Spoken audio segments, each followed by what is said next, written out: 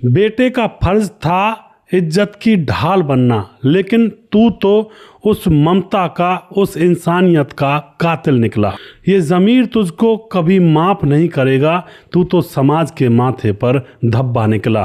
दोस्तों, ये कहावत मैं कह तो रहा हूँ, लेकिन बड़ा कहते हैं ना, एक जोर पड़ रहा है अंदर से इस कहानी को आप लोगों के समक्ष लाने। बड़ी अंतरात्मा ने मेरे से मना भी किया, लेकिन क्या करूँ, आज जो ये घटना आप लोगों के समक्ष लेकर मैं आया हूँ, बड़ी ही एक विचित्र सी घटना है जिसके ऊपर यकीन भी नहीं होता है। लेकिन क्या करें, जब घटनाएं घट जाती हैं, साक्षात सामने प्रकट हो जाती हैं, तो फिर यकीन तो करना ही पड़ता है। इस खबर को आज बताने का मेरा बिल्कुल भी मन नहीं था, लेकिन दोस्तों जब खबर है तो इसको बताना तो पड़ेगा। मैं सोच रहा था कैसे बताऊं, किस तरीके से बताऊं, लेकिन दोस्तों यहाँ पर बताना पड़ेगा। और इस खबर के अंदर रिश्ते को शर्मसार किया गया है। और जिस बेटे ने पैदा होने के बाद अपने परिवार में खुशियां फैलाई, यानी कि उसके पैदा होने के बाद जिस माँ ने लड्डू बांटे, उसी बेटे ने 50 साल की माँ के साथ जो दरिंदगी की, दोस्तों बड़ी ही शर्मनाक है। क्या बताएं, कैसे बताएं, बस बता ही रहा हूँ। और उसके 4 साल के पोते के सामने यह सब कुछ हुआ था। क्या थी यह घटना, पूरी कहानी जानेंगे। वीडियो को लास्ट तक ज़रूर देखें और थोड़ा सा सावधान ज़रूर रहें ऐसे बच्चों से जो इस तरह का कांड करते हैं। नमस्कार, मैं हूं सुदेश कुमार और तिरछी बात चैनल में आपका स्वागत है। यह घटना हरियाणा के पानीपत के अंदर इसराना थाना पड़ता है। इसराना थाना के अंदर 8 जुलाई को सुबह एक महिला बदहवास सी परिस्थिति में आती है। तब तक तो पुलिस वाले नहा धो रहे थे, आकर के बैठ जाती है और वह बड़े साहब से बात करना चाहती है। अब जो वहाँ पर हवलदार होता है वह कहता है बताओ क्या बात है, लेकिन वह कहती है कि मुझे बड़े साहब से, दरोगा जी से मिलना, उसी से बात करनी है। अब तो वह दोस्तों दरोगा के पास खबर पहुँचाई जाती है, तो दरोगा से उसको मिलाया जाता है और वहाँ जाकर के वह डायरेक्ट कहती है कि साहब या तो मेरे साथ इंसाफ करिए वरना मैं खुद को ख़त्म कर लूँगी। अब तो यह बात सुनने के बाद जो दरोगा होता है वो टेंशन में आ जाता है, पूछता है कि बात क्या है।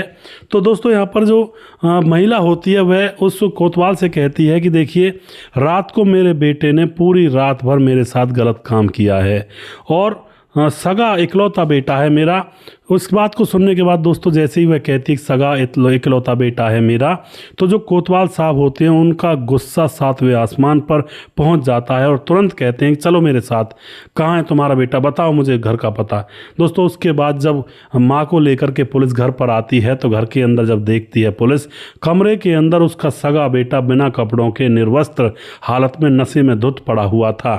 अब तो यहाँ पर पुलिस तुरंत उसको उठाती है और थाने ले जाकर अच्छी तरह से उसकी मल्लम पट्टी करती है, खातिरदारी करती है।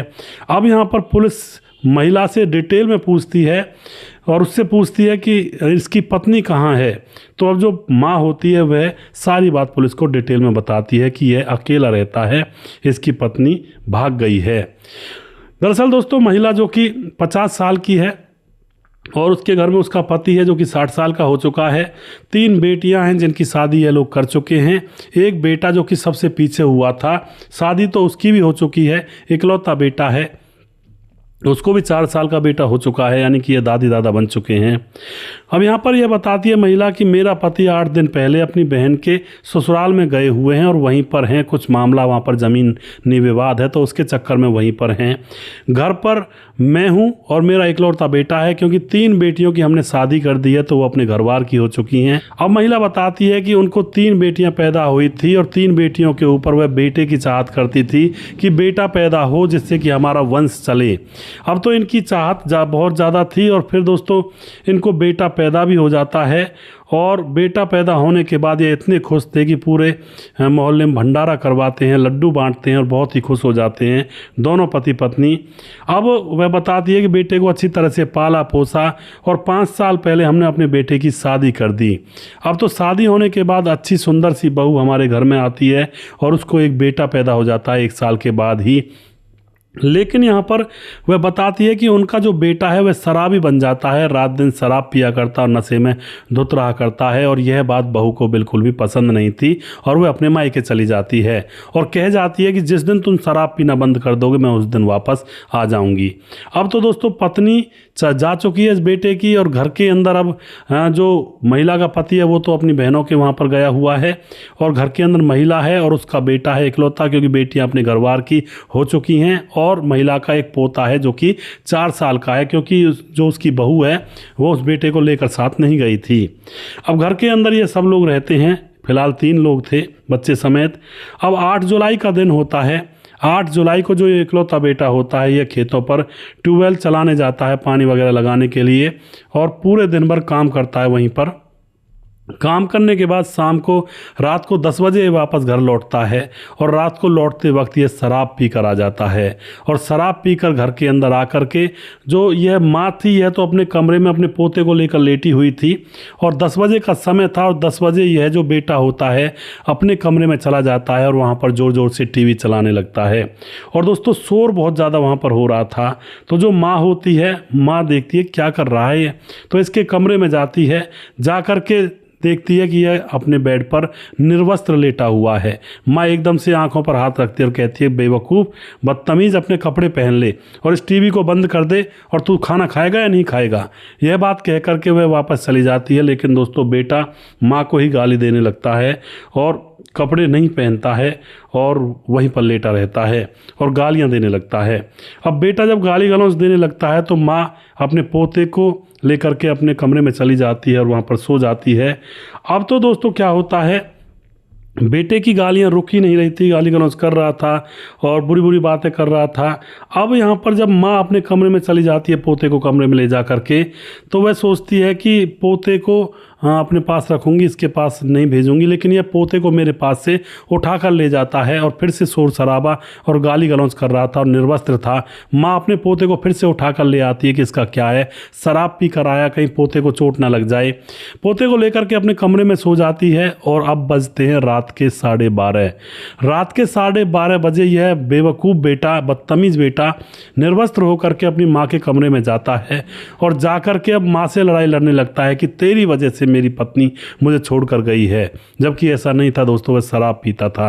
अब तो यहाँ पर यह कहता है कि जो मैं अपनी पत्नी के साथ करता था वो अब तेरे साथ करूँगा। और दोस्तों यही बहुत बड़ी शर्म की बात थी, अपनी माँ के साथ वह दरिंदगी करने लगता है। पूरी रात भर अपनी माँ के साथ दरिंदगी करता है, उसका मुंह अपने हाथ से बंद कर देता है। और दोस्तों जब सुबह सुबह यह बेहोश हो जाता है, उसके बाद माँ अपनी बेटियों के पास फ़ोन करती है, अपने पति के पास फ़ोन करती है और रो रो कर सारी चीज़ बताती है। इसका पति कहता है कि देख, तू घबराना मत, चिंता मत कर, मैं आ रहा हूँ। और बेटियां भी कहती है, माँ चिंता मत करो, हम आ रही हैं। लेकिन ये सबसे कह देती है कि अब मैं ज़िंदा नहीं रहूँगी, क्योंकि मेरे पास अब बचा क्या है। जिस माँ के साथ बेटे ने ऐसी गंदी हरकत कर दी, उस माँ का जीना ही क्या है।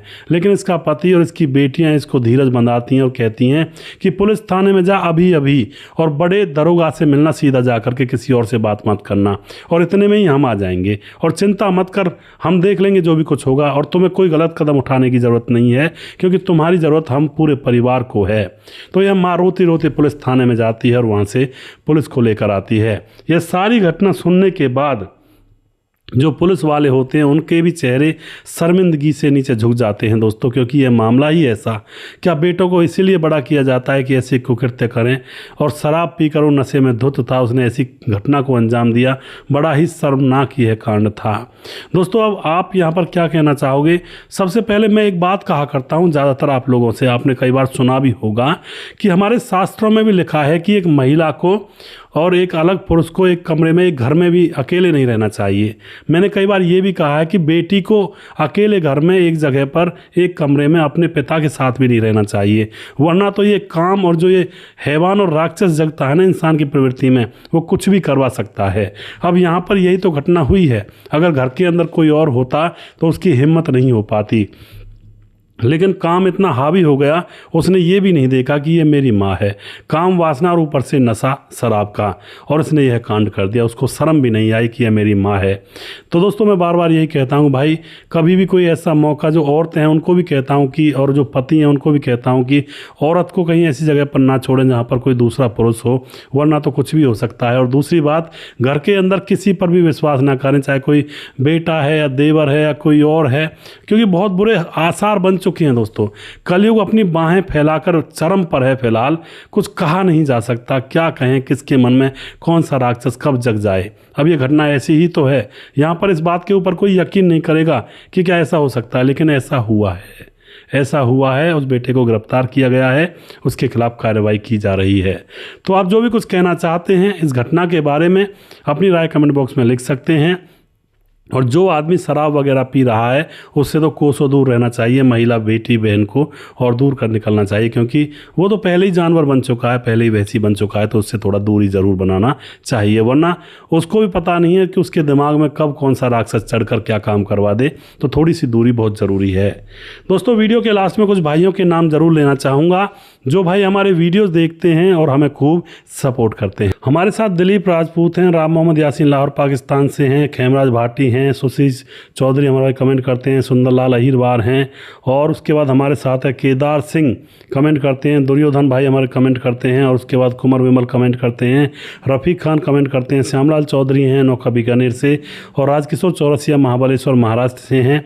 उसके बाद हमारे साथ हैं मोहम्मद कलाम जो कि कमेंट करते हैं, और मोहम्मद मुजाहिद कमेंट करते हैं, और उसके बाद हमारे साथ हैं रंजीत सिंह श्रीगंगानगर से, और उमेश हमारे भाई कमेंट करते हैं, उमेश कुमार, और उसके बाद हमारे साथ खेमराज भाटी हैं, साहब सिंह हैं, जितेंद्र कुमार हैं जो हमारे वीडियोज़ पर कमेंट करते हैं, राधे श्याम शर्मा से दोबारा से हैं, और उसके बाद हमारे साथ हैं हसन अहमद जो कि हमारे वीडियोज़ पर लगातार कमेंट करते हैं। उसके बाद दोस्तों हम कुछ भाइयों के नाम फेसबुक से भी ले लेते हैं जो कि हमारे वीडियोज़ को देखते हैं और हमें खूब सपोर्ट करते हैं। हमारे साथ हैं कल्याण सिंह लोधी, मेरा तो सबसे ही यही कहना है कि प्यार में आगे चक्कर में ना पड़े, और माँ बाप से बढ़कर कोई नहीं होता, जहाँ माँ बाप संबंध करें वहाँ खुश रहकर अपना संबंध जुड़वाएं। और लोधी नया गांव बड़ी बामौर कला जिला शिवपुरी से हैं। राहुल कुमार भाई साहब, आप इस तरह की न्यूज़ मिलती कहाँ से हैं? तो राहुल भाई ये सब कुछ हमारे समाज में घटित होता है, वही चीज़ें होती हैं, क्योंकि कई बार ऐसा होता है कि हम जो समाज का दूसरा पहलू होता है उसको देख नहीं पाते हैं। जब उनके बारे में जांच पड़ताल करते हैं, रिसर्च करते हैं, तो हमें ऐसी बहुत सारी घटनाएँ हमारे ही समाज के अंदर मिलती हैं जो ऐसी होती हैं, और इनसे हमें सीख लेनी चाहिए कि कहीं कल को हमारे आस पड़ोस में हमारे साथ ऐसा कुछ ना हो। समाधान पाटिल जलगांव महाराष्ट्र से हैं, साहब सिंह जिला बिजनौर से, पंकज कुमार कमेंट करते हैं, साहब सिंह द्वारा से, बबली वर्मा कमेंट करते हैं, सुजीत कुमार कमेंट करते हैं, प्रवीण बघेल शिवपुरी से हैं, जैनुद्दीन अंसारी कमेंट करते हैं, और उसके बाद हमारे साथ हैं बालक राम बंसल कमेंट करते हैं, बंटी हरसाना कमेंट करते हैं, संतोष ओझा कमेंट करते हैं बंटी द्वारा से, और अशोक कुमार जो कि नेपाल से हैं, और राम गुसाई कमेंट करते हैं, सूरज डियो हमारे भाई कहते हैं राम राम सुदेश भाई क्या हाल चाल है, very good story, I am Suraj from Fiji, God bless you, जय हिंद जय भारत, एंजॉय योर डे। बहुत बहुत धन्यवाद जी सूरज भाई। उसके बाद हमारे साथ मुकेश कुमार यूपी 83 से हैं, मोहम्मद मुनाजीर कमेंट करते हैं, और मनोज कुमार कमेंट करते हैं, मोहन जैन कमेंट करते हैं। जिस भाई का नाम रह गया उस भाई का नाम अगले वीडियो में ज़रूर लूँगा, और अगला वीडियो बहुत जल्दी फिर से लेकर आऊँगा। तब तक आप खुश रहें, सावधान रहें। जय हिंद जय भारत।